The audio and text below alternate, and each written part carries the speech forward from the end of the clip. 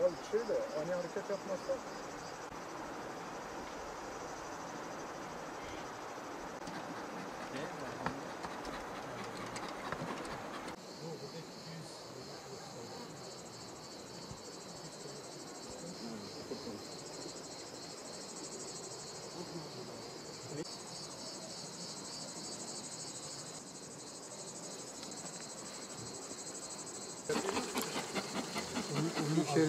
şöyle bir şey yapalım mı? Bir saniye.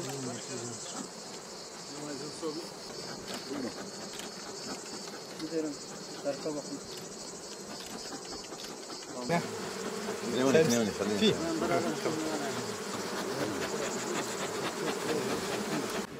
Abi tenekelerimiz burada.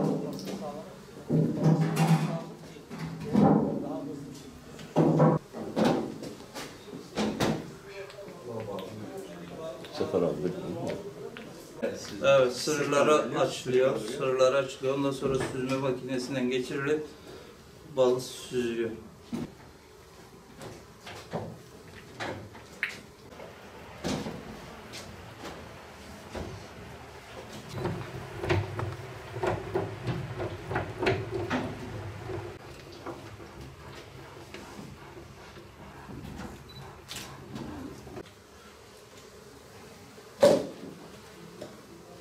Rozlam ya.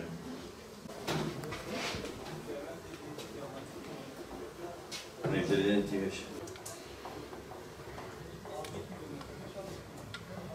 22 senedir yapıyorum. Yani devlet olarak 22 senedir yapıyorum. Önceden de çocuğumdan beri yapıyordum. Arıcılık yapıyordum.